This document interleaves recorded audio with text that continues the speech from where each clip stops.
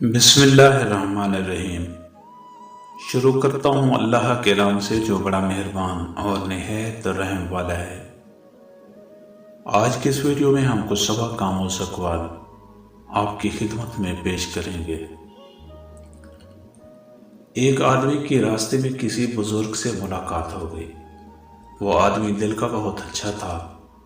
उसने बुज़ुर्ग से गुजारिश की कि मुझे कुछ नसीहत कीजिए। उन्होंने एक अजीब सा सवाल किया कि क्या कभी बर्तन धोए हैं?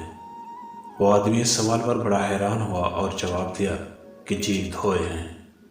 बुजुर्ग पूछने लगे तो फिर क्या सीखा? उस आदमी ने कहा इसमें सीखने वाली क्या बात है? बुजुर्ग मुस्कुराए और कहने लगे कि बर्तन को बाहर से कम और अंदर से ज्यादा धोना पड़ता है।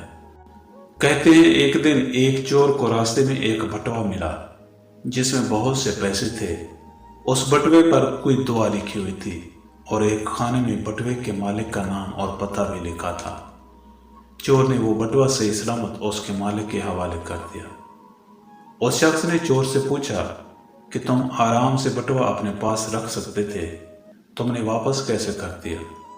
चोर ने कहा आपने बटुए पर जो दुआ लिखवाई है इस अकीदे पर लिखवाई होगी कि अगर बटुआ खो जाए तो इस दुआ की बरकत से आपको वापस मिल जाए।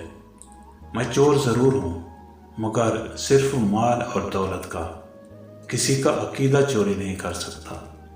अगर मैं आपका बटुआ वापस ना करता और आपका एतकाद इस दुआ पर कमज़ोर पड़ जाता तो तब मैं आपके ईमान का चोर होता और ये माल और दौलत की चोरी से बड़ा गुनाह है।